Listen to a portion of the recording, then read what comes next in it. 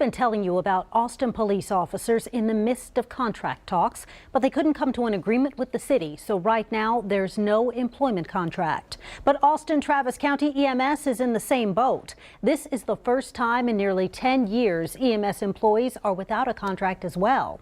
The Night Beat's Brandon Jones joins us now. And Brandon, the main concern with the old contract is pay. Well, Quita, that's the bottom line here. Last spring, the Austin Travis County EMS Employee Association decided to begin bargaining for a new 5-year contract. That contract would have included a 2% raise each year for its employees to make EMS more competitive, which they believe could offset the rising cost of living here. That raise is in limbo tonight. They work on the front lines, making quick, life-saving decisions within a matter of minutes. We want to make sure people are taken care of and we're there when people need us. Being an EMS worker is not an easy job, and now some believe it's going to get a lot harder without a new contract with Austin City Council. I think public health is something that we should take very seriously, and if we're looking at keeping up staffing levels and sincerely negotiating a contract, we have to look at those things. What are our outcomes? That's Tony Marquardt, president of the Austin Travis County EMS Employee Association. Marquardt says the association's contract with the city expired on October 30th.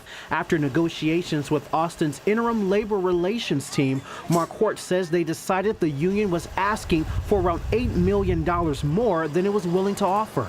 And because of that, EMS employees are working under civil service rules, which means they can keep their current salaries, but there's no chance for a raise. Austin does not pay a comparable wage to continue to employ paramedics to the extent that we need them. Here's how the pay for EMS breaks down. Marquardt says EMS workers make a little more than $42,000 a year, which they say is lower than some states.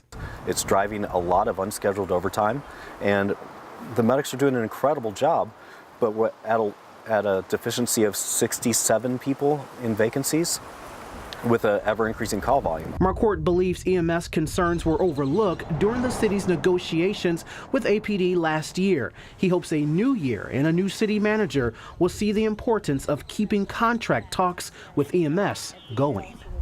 So the union will provide a new report for City Council next month. Marquardt tells us that they want to get EMS employees back under their old contract until the union picks up negotiations again this summer. He also added that the EMS workers have left the department since the contract expired for other jobs within the fire department and the Travis County Emergency Services District. Quita?